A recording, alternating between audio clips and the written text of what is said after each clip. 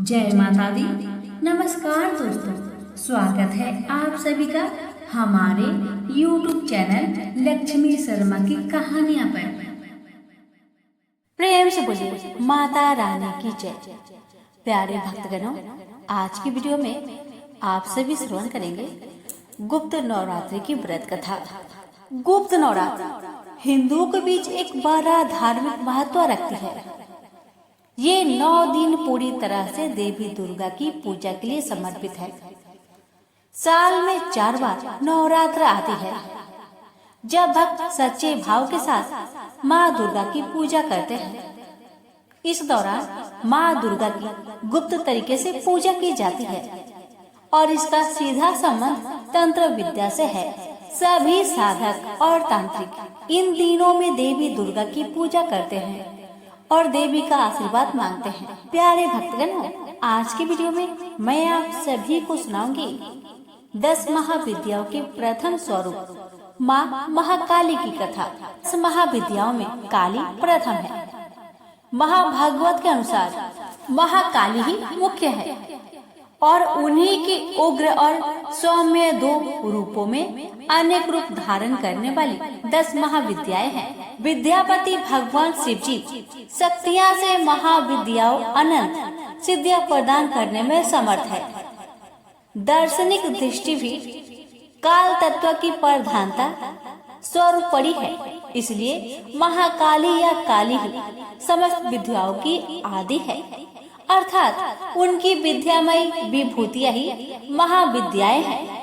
ऐसा लगता है कि महाकाली प्रियतमा काली ही अपने दक्षिण और वाम रूप में 10 महाविद्याओं के नाम से विख्यात हुई। प्रिय नील तंत्र में कहा गया है कि रक्त और कृष्ण भेद से काली ही 2 रूप में आदिशिष्ट है।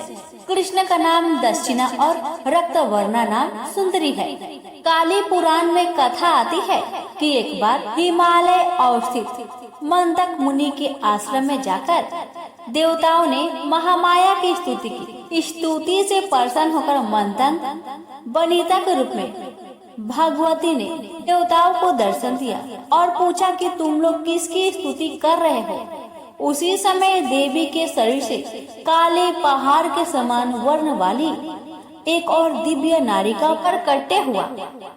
उस महातेजस्विनी ने स्वयं ही देवताओं की ओर से उत्तर दिया कि ये लोग मेरा ही स्तवन कर रहे हैं। ये काजल के समान कृष्ण थी, इसलिए इनका नाम काली पड़ा। दुर्गा सप्तशती के अनुसार एक बार शुंभ निशुंभ के अत्याचार से व्यतीत होकर देवताओं ने हिमालय में जाकर देवी सुक्त से देव की स्तुति की। तब गौरी के देह से कोशिका का प्रकट्य हुआ। कोशिका के अलग होते ही अम्बा पार्वती स्वरूप कृष्ण हो गई, जो काली नाम से विख्यात हुई। काली को नील रूपा होने के कारण तारा भी कहते हैं। नारद पंचरात्र के अनुसार एक बार काली के मन में आया कि वे पुनः गौरी हो जाए। यह सोचकर वे अंतर्ध्यान हो गए। शिवजी ने नारद जी से उनका पता पूछा। नारद जी ने उनसे सेमुड़ी के उत्तर में देवी के प्रत्यक्ष उपस्थित होने की बात कही। शिव जी को प्रेरणा से नारद जी वहां गए। उन्होंने देवी से शिव जी के साथ विवाह का प्रस्ताव रखा। प्रस्ताव सुनकर देवी क्रोध हो गई और उनके देह से एक अन्य षोडशी विग्रह प्रकट हुआ और उससे छाया विग्रह त्रिपुर भैरवी का प्रकट हुआ। काली की उपासना में संप्रदायगत भेद है। 2 रूपों में इनकी उपासना प्रचलन है। भाव बंधन मोचन में काली की उपासना सौकृष्टिक कही जाती है। शक्ति साधनों के 2 पीठों में काली का उपासना श्याम पीठ पर करने योग्य है। भक्ति मार्ग में तो किसी भी रूप में महामाया की उपासना फलप्रदा है, पर सिद्धि के लिए उनकी उपासना वीर भाव से की जाती है। साधन के द्वारा जब अहंता, ममता और भेद बुद्धि का नाश होकर साधक में पूर्ण शिशुत्व उदय हो जाता है, तब काली का श्री विग्रह साधक के समक्ष प्रकट हो जाता है। उस समय भगवती काली की छवि अवर्णनीय होती है। काजल के पहाड़ के समान दिग्वसना मुक्त कुंतला सौर पर आरूढ़ मुंड माला धारिणी भगवती काली का प्रत्यक्ष दर्शन साधक को कृतार्थ कर देता है। तांत्रिक मार्ग में यद्यपि काली की उपासना दीक्षा गम्य है, तथापि अनन्य शरणागति के द्वारा उनकी कृपा किसी को भी प्राप्त हो सकती है। मूर्ति मंत्र अथवा गुरु द्वारा उपदिष्ट किसी भी आधार पर भक्ति भाव से मंत्र जप, पूजा, होम और पुरस्रण करने से भगवती काली प्रसन्न हो जाती है। उनकी प्रसन्नता से साधक को सहज संपूर्ण अभीष्टों की प्राप्ति हो जाती है। इसे बोलिए काली माता की जय। अब सभी श्रवण करेंगे श्री दुर्गा सप्तशती पाठ प्रथम अध्याय। उसके बाद आप श्रवण करेंगे माँ दुर्गा की कथा। आपको पूरा जरूर सुनिएगा, किसी भी कथा को अधूरा नहीं छोड़ा जाता।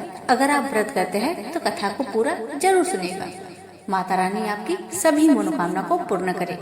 महर्षि मार्कंडेय बोले, सूर्य के पुत्र स्वर्णी की उत्पत्ति की कथा विस्तार पूर्वक कहता हूँ, सुनो।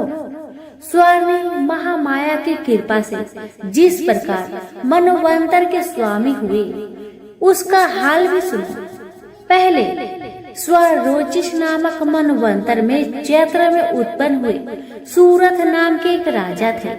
सारी पृथ्वी पर उनका राज्य था। वह प्रजा को अपने पुत्र के समान मानते थे, तो भी कोला विधुवंशी नाम के क्षत्रिय उनके शत्रु बन गए। दुष्टों को दंड देने वाले राजा सूरथ की उनके साथ लड़ाई हुई। कोला विधवंशियों की संख्या में कम होने पर भी राजा सूरथ युद्ध में उनसे हार गए। तब वह अपने नगर में आ गए। केवल अपने देश का राज्य ही उनके पास रह गया और वह उसी देश के राजा होकर राज्य करने लगे। किंतु उनके शत्रुओं ने उन पर वहां भी आक्रमण किया। राजा को बलहीन देखकर उसके दुष्ट मंत्रियों ने राजा की सेना और खजाना अपने अधिकार में कर लिया। राजा सूरथ अपने राज्याधिकार को हार कर शिकार खेलने के बहाने घोड़े पर सवार होकर वहां से एक भयंकर वन की ओर चले गए। उस वन में उन्होंने महर्षि मेधा का आश्रम देखा। वहां महर्षि अपने शिष्यों तथा मुनियों से सुशोभित बैठे हुए थे और वहां कितने ही हिंसक जीव परम शांति भाव से रहते थे। राजा सूरथ ने महर्षि मेधा को प्रणाम किया और महर्षि ने भी उनका उचित सत्कार किया। राजा सूरथ महर्षि के आश्रम में कुछ समय तक ठहरे। अपने नगर की ममता के आकर्षक से राजा अपने मन में सोचने लगे, पूर्व काल में पूर्वजों ने जिस नगर का पालन किया था वह आज मेरे हाथ से निकल गया। मेरे दुष्ट एवं दुरात्मा मंत्री मेरे नगर की अब धर्म से रक्षा कर रहे होंगे या नहीं।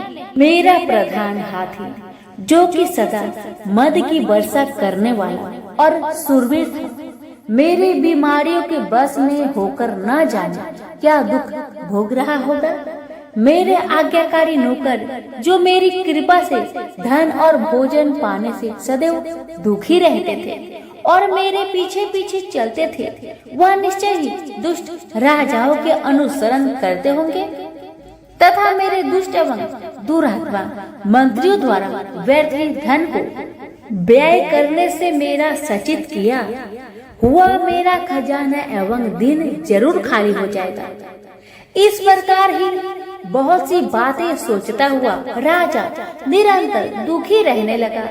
एक दिन राजा सूरथ ने महर्षि मेधा के आश्रम के निकट एवं वैश्य को देखा। राजा ने उससे पूछा, भाई तुम कौन हो? यहाँ तुम्हारे आने का क्या कारण है और तुम मुझे शोकाग्रस्त अनमने से दिखाई देते हो, इसका क्या कारण है? राजा के यह नम्र वचन सुन वैश्य ने महाराज सूरथ को प्रणाम करके कहा, हे राजन, मेरा नाम समाधि है मैं धनियों के कुल में उत्पन्न एक वैश्या हूँ। मेरे दुष्ट स्त्री पुत्राधिकों ने लोभ से मेरा सब धन छीन लिया है और मुझे घर से निकाल दिया है। मैं इस तरह से दुखी होकर इस वन में चला आया है और यहाँ रहता हुआ इस बात को भी नहीं जानता कि अब घर में इस समय कुशल है या नहीं। यहाँ मैं अपने परिवार का आचरण संबंधी कोई समाचार भी नहीं पा सकता कि वह घर में इस समय कुशल पूर्वक है या नहीं। मैं अपने पुत्र के संबंध में ये भी नहीं जानता कि वह सदाचारी है या दुराचार में फंसे हुए हैं। राजा बोले, जिस धन के लोभी स्त्री पुत्रों ने तुम्हें घर से निकाल दिया है, फिर भी तुम उसी का चित्त में उनसे प्रेम करते हो। वैश्या ने कहा, मेरे विषय में आपका ऐसा कहना ठीक है, किंतु मेरा चित्त इतना कठोर नहीं है। यद्यपि उन्होंने धन के लोभ में पकड़कर प्रीत स्नेह को त्याग कर मुझे घर से निकाल दिया है, तो भी मेरे मन में उनके लिए कठोरता नहीं आती। महामते, मेरा मन फिर भी उनमें फंस रहा है। इस बात को जानता हुआ भी मैं नहीं जान रहा मेरा चित्त उनके लिए दुखी क्यों है। मैं उनके लिए लंबी लंबी सांसें ले रहा हूँ। उन लोगों में प्रेम नाम मात्र का भी नहीं है, फिर भी ऐसे निस्नेहियों के लिए मेरा हृदय कठोर नहीं होता। महर्षि मार्कंडेय ने कहा, ब्राह्मण, इसके पश्चात महाराज सूरत और वह वैश्या दोनों महर्षि मेधा के समीप गए और न्याय संभाषण करके दोनों ने वार्ता आरंभ की। राजा बोले, भगवान, मैं आपसे एक बात पूछना चाहता हूँ, सो आप कृपा करके मुझे बताएं। मेरा मन मेरे अधीन नहीं है, इससे मैं बहुत दुखी हूँ। राज्य धन आदि की चिंता अभी तक मुझे बनी हुई है और मेरी यह ममता अज्ञानियों की तरफ बढ़ती जा रही है। और यह समाधि नामक वैश्या भी अपने घर से अपमानित होकर आया है। इसके सज्जनों ने भी इसे त्याग दिया है। सज्जनों से त्याग हुआ भी यह उनसे हार्दिक प्रेम रखता है। इस तरह हम दोनों ही दुखी है।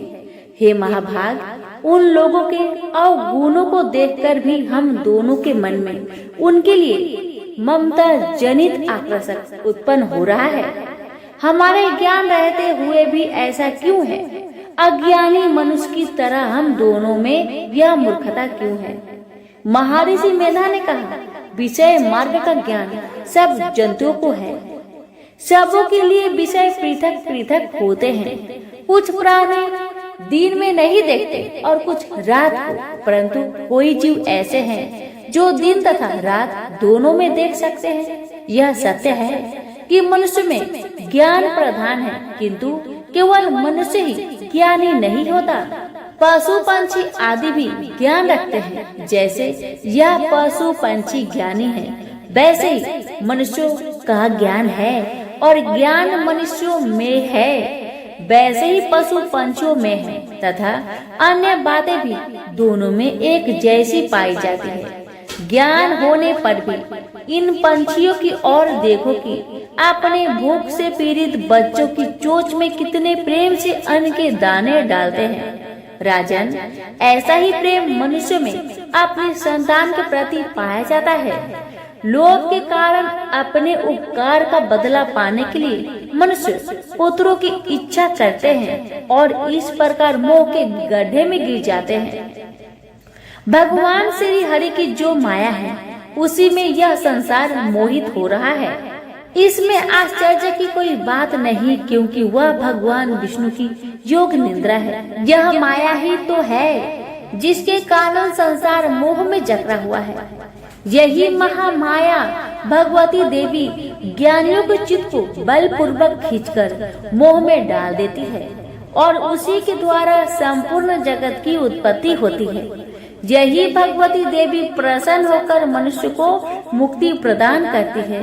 यही संसार के बंधन का कारण है तथा संपूर्ण ईश्वरों की भी स्वामिनी है। महाराज सूरत ने पूछा, भगवान, वह देवी कौन है जिसको आप महामाया कहते हैं? ब्राह्मण, वह कैसे उत्पन्न हुई और उसका कार्य क्या है? उसके चरित्र कौन कौन है? प्रभु, उसका जैसा प्रभाव हो, जैसा स्वरूप हो, वह सभी मुझसे कृपा करके कहिए। मैं आपसे सुनना चाहता हूँ। महर्षि मेधा बोले, राजन, वह देवी तो नित्य स्वरूप है, उससे यह संसार रचाया गया है, तब भी उसकी उत्पत्ति अनेक प्रकार से होती है। वह सब आप मुझसे सुनो। यह देवताओं का कार्य सिद्ध करने के लिए प्रकट होती है। उस समय वह उत्पन्न हुई कहलाती है। संसार को जलमय करके जब भगवान विष्णु योग निद्रा का आश्रय लेकर शेष शैया पर सो रहे थे, तब मधु केटक नाम के दो असुर उनके कानों के मैल से प्रकट हो गए। श्री ब्रह्मा जी ने जब उन दोनों को अपनी ओर आते देखा और यह भी देखा कि भगवान विष्णु योग निद्रा का आश्रय लेकर सो रहे हैं, तो वह उस समय श्री भगवान के जगाने के वास्ते उनके नेत्रों में निवास करने वाली योग निद्रा की स्तुति करने लगे। श्री ब्रह्मा जी ने कहा, हे देवी, तुम ही स्वाहा, तुम ही स्वधा और तुम ही वशटकार हो। स्वर भी तुम्हारा ही स्वरूप है। तुम ही जीवन देने वाली सुधा हो। नित्य अक्षर प्रणव में आकार उकार मकार, इन तीनों में मात्रा के रूप में तुम ही स्थित हो।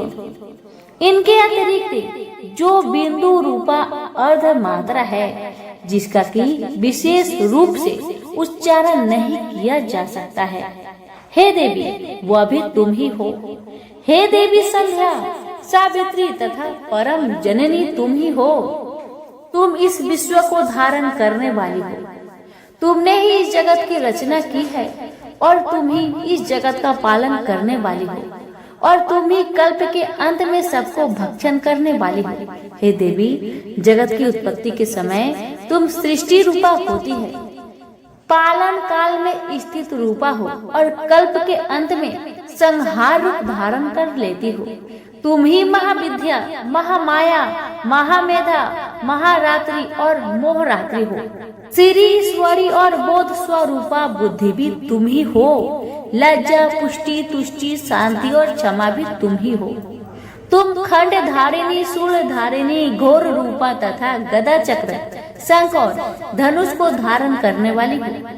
बाण, भुसुंडी और पडिकिया भी तुम्हारे ही अस्त्र है। तुम सौम्य और सौम्यंतर हो।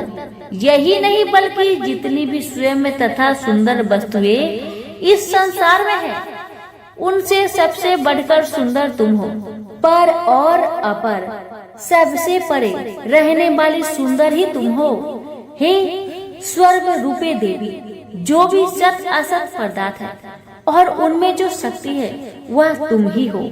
ऐसे अवस्था में भला तुम्हारी स्तुति कौन कर सकता है?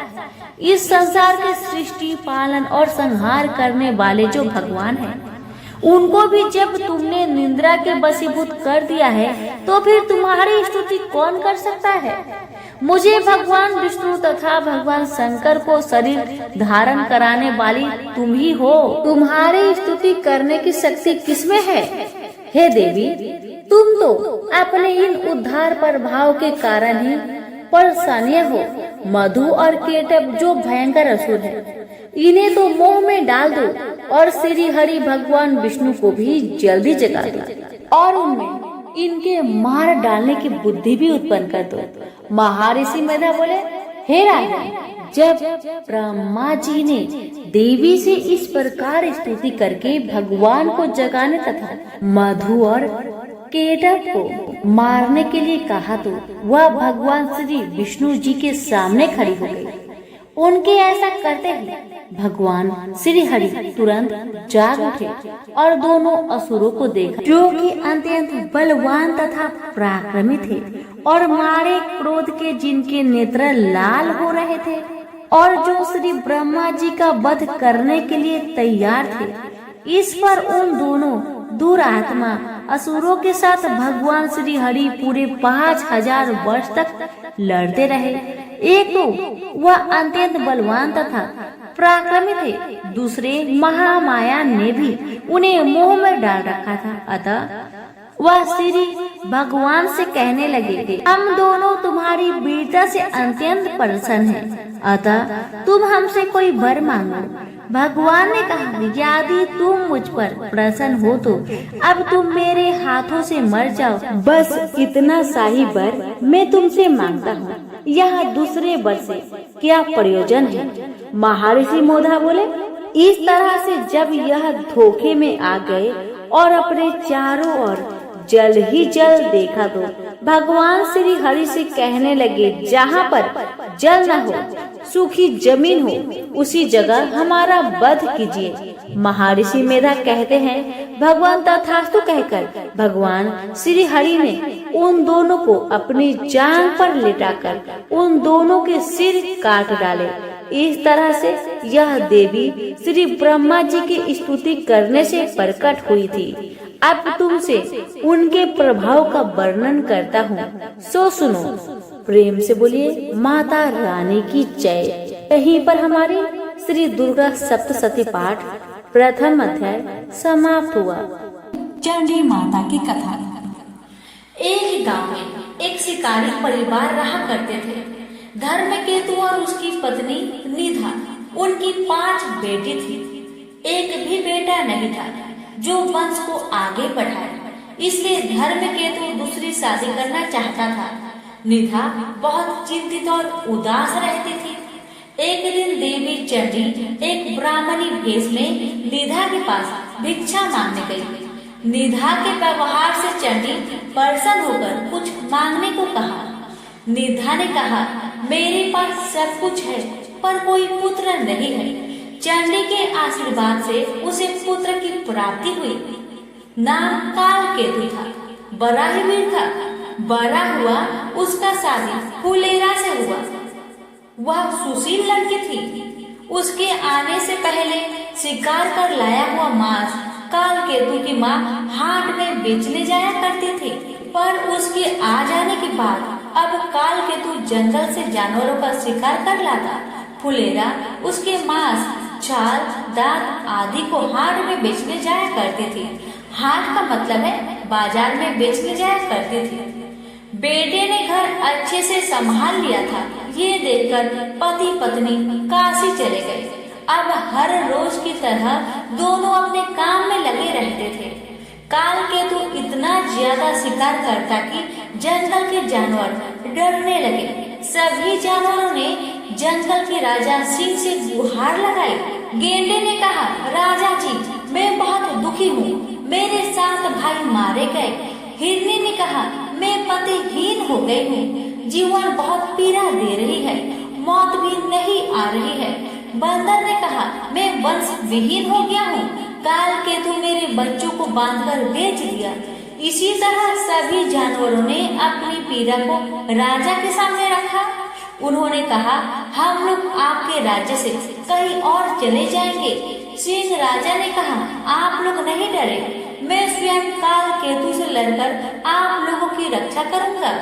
सिंह और कालकेतु में युद्ध हुआ। सिंह भाग गया और कालकेतु जीत गया। सभी जानवर अब देवी चंडी के पास पहुँचे और उनसे विनती किए, माँ, हमें कालकेतु के हाथों से बचाओ। वह सभी जानवरों का शिकार कर रहा है, उससे छिपने का कोई जगह नहीं बचा है। हम कहाँ जाए माँ, हम क्या करें? तब चंडी माता ने सभी जानवरों को छुपा लिया और स्वयं एक सांप के रूप में बनकर जंगल के बीच में बैठ गए। उधर कालकेतु जंगल में जानवरों का शिकार करने निकला तो उसे कोई जानवर नहीं मिला। वह चिंतित होने लगा। उसका जीवन तो बस जानवर पर ही टिका था। अब वे क्या खाएंगे और क्या पिएंगे? जंगल में उसे स्वर्ण गोधिका दिख गई, जो कि चंडी माता ने अपना वेश धारण करके बनाया था। स्वर्ण गोधिका का देखना अब शकुन माना जाता है, इसलिए कालकेतु को गुस्सा आया और आगे बढ़ गया। उसने पूरी जंगल छान मारी पर कोई जानवर नहीं मिला। उसका दिन बिगड़ गया। आते वक्त उसने फिर से स्वर्ण गोधिका को देखा उसने उसे पकड़ लिया और गुस्से से कहा, आज तुम्हें ही जिंदा पकाकर खाऊंगा। जब कालकेतु घर आया तो फुलेरा घर पर नहीं थी। पड़ोसी से पता चला वह बाजार गई है। कालकेतु स्वर्ण गोधिका को रस्सी से बांधकर फुलेरा के पास पहुंचा। फुलेरा बोली, घर में खाने को कुछ नहीं है और ये बासी मांस कोई नहीं खरीद रहा है। कालकेतु ने फुलेरा को पड़ोसी से शिवली फूल के बदले चावल उधार मांगने को कहा और कहा, घर पर स्वर्ण गोधिका है, उसे पका लेना। कालकेतु बाजार में रहकर बासी मांस बेचने लगा और फुलेरा चावल लेकर घर पहुंची। घर में स्वर्ण गोधिका नहीं था, बल्कि एक 16 साल की सुंदर कन्या रस्सी से बंधी थी। फुलेरा उसे देखकर डर गई कि इतनी सुंदर कन्या यहाँ क्या कर रही है। उसने कहा, तुम कौन हो, यहाँ क्या कर रही हो?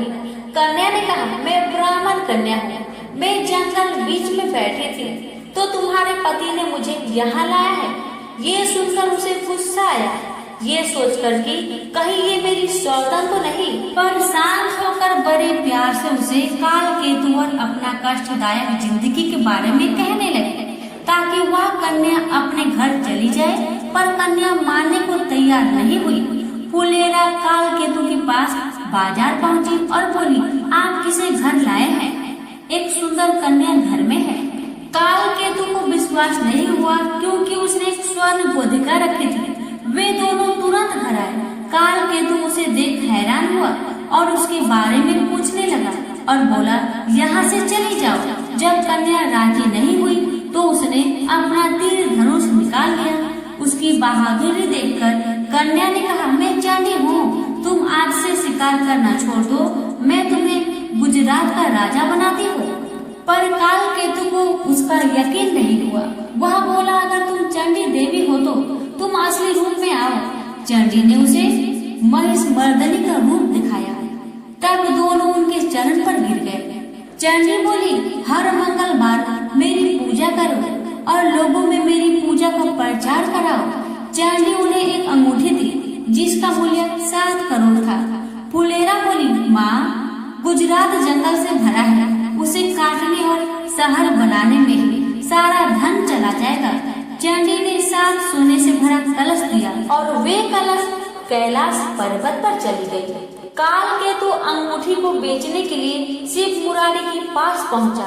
वह कालकेतु से हमेशा मांस उधार में लिया करता था, इसलिए उसे लगा कि कालकेतु उधार का पैसा लेने आया है।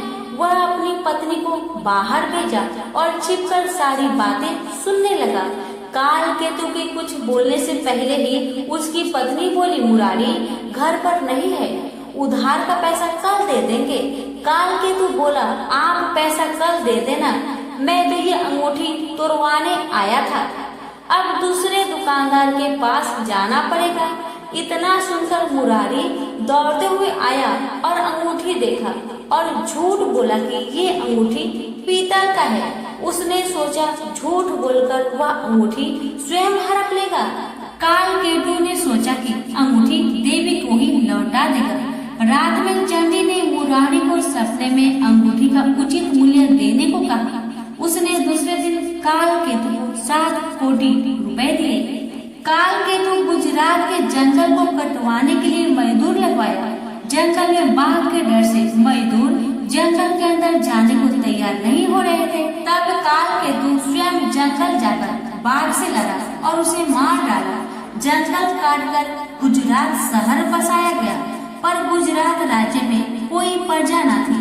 कालकेतु ने चंडी से प्रार्थना की, तब उन्होंने इंद्रदेव तथा समुद्र की मदद से कलिंग राज्य में भारी बरसात करवाई। नद नदी में बाढ़ आ गई। लोग कलिंग से गुजरात भागकर आने लगे। इस तरह ब्राह्मण, काष्ट, मुस्लिम आदि अनेक जाति के लोग गुजरात में आकर रहने लगे। कालकेतु राज्य को सही तरीके से चलाने के लिए अच्छी नीतियां बनाई। राज्य में एक व्यक्ति भानुदत्त भी रहता था। उसने मीठी मीठी बातें कहकर कालकेतु के दरबार में ऊंची पद हासिल कर ली थी। उसने सभी को तंग कर रखा था। वह सभी के सामान ले जाता पर पैसा था। उसके अत्याचार से सभी लोगों ने काल केतु से उसकी शिकायत की। काल केतु ने उसे सजा दिया। भारुदत्त को यह सहन नहीं हुआ और वह कलिंग राजा के पास काल केतु की शिकायत करने गया। भारुदत्त कलिंग राज के दरबार में पहुंचकर राजा से कहने लगा कि आपके रहते कोई और दूसरा राजा शासन कैसे कर सकता है। कलिंग राज ने उससे पूछा, कौन है? यदि तुम सच कह रहे हो तो दिखाओ हमें। भारुदत्त ने कलिंग राज के दूत को ये सब दिखाया। कलिंग राज ने काल केतु पर आक्रमण किया। दोनों के बीच भीषण युद्ध हुआ, पर काल केतु हार गया। उसे काल कोठरी में डाल दिया गया। रात को चंडी देवी ने कलिंग राज को सपने में दर्शन दी और बताई कि काल केतु को मैंने गुजरात का राजा बनाया है, उसे आजाद कर दो। उसी समय कलिंग राजा दौड़ते हुए आए और काल केतु को आजाद करवाए और उसे गुजरात का राजा बना दिया। भारुदत्त को सजा मिली। काल केतु खुशी खुशी अपना जीवन राज्य चलाने लगा। प्रेम से बोलिए चंडी मैया की जय। कथा अगर आपको अच्छी लगी हो तो कृपया करके वीडियो को लाइक करके और आगे सभी के पास शेयर अवश्य करें। तो प्रेम से बोलिए पांचों देवी माता की जय। माता रानी की कृपा आप पर, आपके परिवार पर, हम सब पर सदा बनी रहे। आप सभी का बहुत बहुत धन्यवाद।